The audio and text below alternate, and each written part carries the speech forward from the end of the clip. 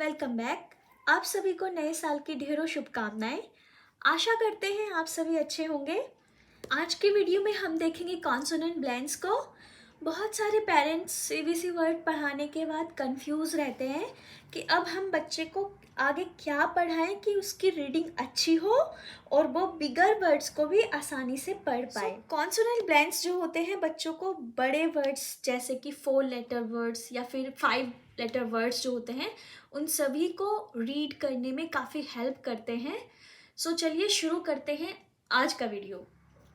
Consonant blend को हम कभी कभी कॉन्सोनेंट क्लस्टर्स भी कहते हैं, बट हमारे माइंड में पहला क्वेश्चन यही आता है कि इनको कैसे हम लिखते हैं और कैसे इनको रीड किया जाता है। फ्रेंड्स, जब भी दो कॉन्सोनेंट लेटर्स एक साथ लिखे जाते हैं without any wall separation, listen carefully again, when two or more consonant letters come together without separated by any vowel, we read them together as blends, and in these blends each of the individual consonant sound can be heard. So try to understand. Let's take an example of glad. In glad, this GLN is a consonant blend. वो कैसे?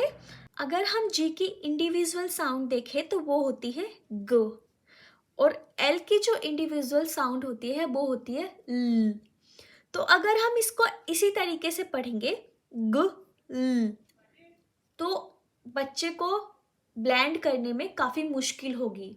हम लोगों को पता है इसे क्या पढ़ना है, that's why it's fine for us, but एक सीनियर केजी का बच्चा इसको नहीं पता है कि इसको ग्ल पढ़ना है। क्या है ये? इट्स ग्ल। जब भी हम जी और एल को एक साथ देखते हैं तो उसको हम ग्ल पढ़ते हैं। इसी तरीके से क्ल ओ ट, तो यहाँ पे सी और एल क्या है? कॉन्सोनेंट ब्लेंड हैं, तो इसको हमें पढ़ना है क्ल क्ल।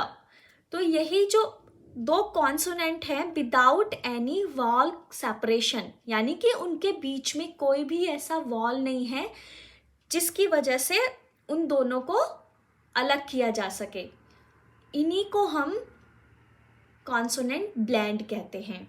एक और एग्जाम्पल देख सकते हैं, स्ट्रेंज।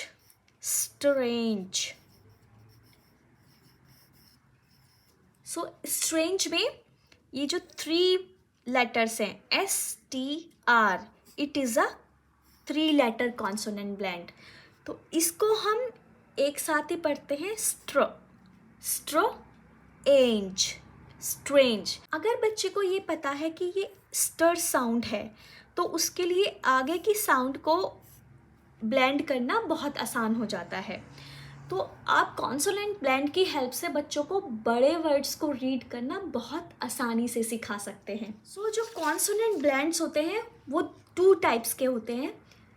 एक होते हैं इनिशियल कॉन्सोनेंट ब्लेंड और दूसरे होते हैं फाइनल कॉन्सोनेंट ब्लेंड।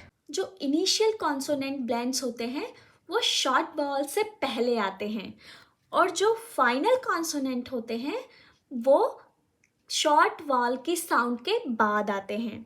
जैसे आप यहाँ पे देखिए, clap, plan, drop and screw.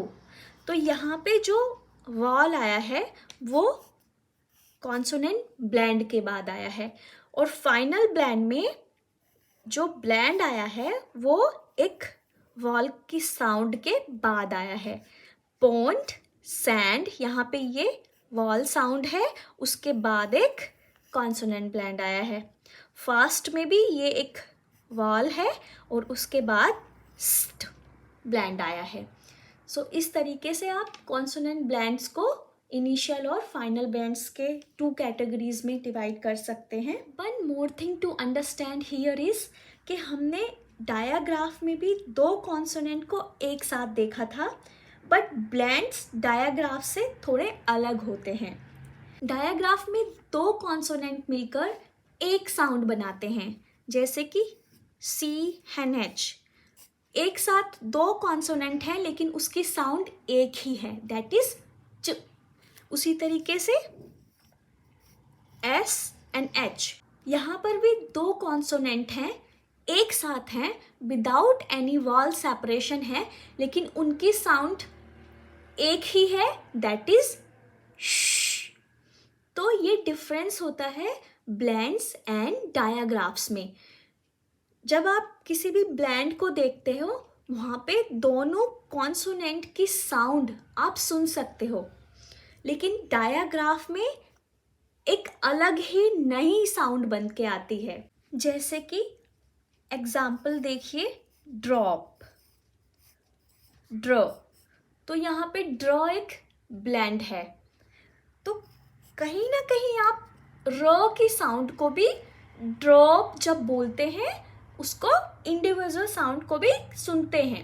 लेकिन अगर आप बोले चिन, चिन, तो उसमें च साउंड आता है, सी और एच का इंडिविजुअल साउंड नहीं आता है। जैसे कि सी का साउंड होता है ख और एच का साउंड होता है ह।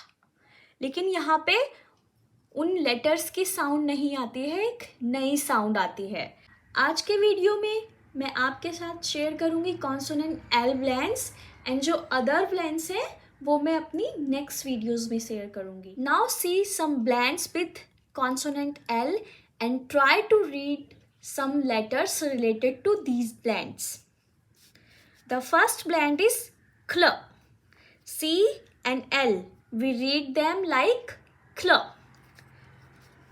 Cl, a, p, clap. Cl, e, p, clip. Cl, o, t, clot. Cl, o, g, clog. Cl, a, b, club. Cl, a, clay. Cl, o, k, clock. Cl, a, n, clan. Cl, e, k, click. B, l, bl. Bl, o, t, blot. Bl, o, g, blog. Bl, o, blow. Bl, a, k, black. Bl, o, k, block. L, fla. Fl, a, t, flat. Fl, a, g, flag. Fl, o, p, flop. Fl, a, p, flap.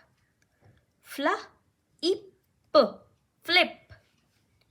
Fl, o, flow. Fl, o, k, flock.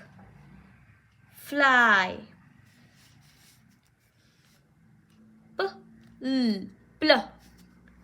Pl, o, t, plot. Pl, a, plum. Pl, a, plan. Pl, a, g, plug. Pl, a, s, plus. Pl, o, plow. Pl, a, play.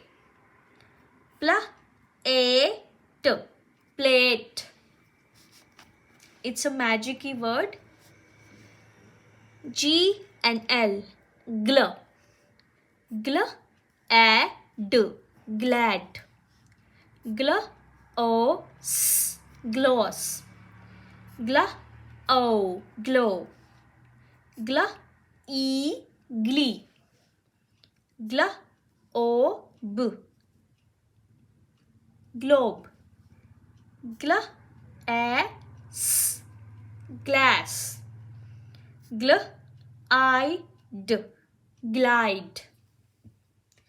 This and these two are magic key words here.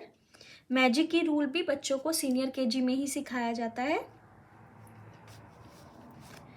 Next bland is SL, स्ल, स्ल O T, slot, स्ल E slim, स्ल A slam, स्ल slum, स्ल E P slip, स्ल A P slap, स्ल O slow, स्ल E T slit, स्ल E D sled, स्ल E P sleep, स्ल I slice.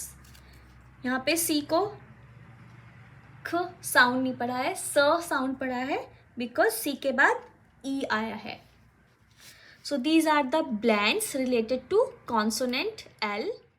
इनिशियली आप 4-5 बार यही रीडिंग प्रैक्टिस बच्चे के साथ करिएगा. उसके बाद आप बच्चे को इस टाइप के इजी वर्कशीट बना कर दीजिएगा. ये फर्स्ट वर्कशीट है और ये बहुत ही इजी वर्कशीट है. इसमें मैंने यहाँ पे कुछ पिक्चर्स बनाए हुए हैं और बच्चे को जो इनिशियल साउंड है उसको पहचानना है और उसके बाद सर्कल करना है.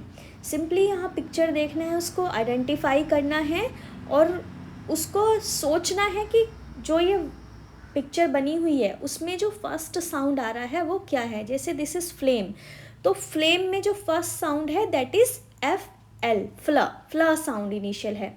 उसी तरीके से उसको बाकी पिक्चर्स को देखना है और अकॉर्डिंगली उसको इनिशियल ब्लैंड को सर्कल करना है.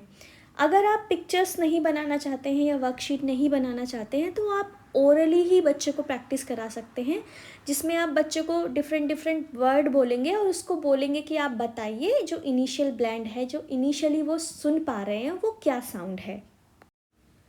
ये भी थोड़ी सिमिलर वर्कशीट ही है, बस यहाँ पर बच्चे को पिक्चर को देखकर उसकी इनिशियल ब्लैंड को लिखना है. अगर बच्चे इनिशियली नहीं कर पा रहे हैं तो आप वर्ड्स को थोड़ा स्ट्रेच करके बोलिए. एक बार नहीं कई बार बोलिए ताकि वो साउंड को ठीक से सुन पाएँ कि मैं शुरू में सुन क्या पा रहा हूँ. उसके बाद उनको ये राइटिंग वाली प्रैक्टिस आप करने के लिए दे सकते हैं. आप इन वर्कशीट का स्क्रीनशॉट ले सकते हैं. ये बहुत ही इजी पिक्चर्स हैं, आप उन्हें आराम से घर पे बना सकते हैं. So keep practising with your kids and keep helping them.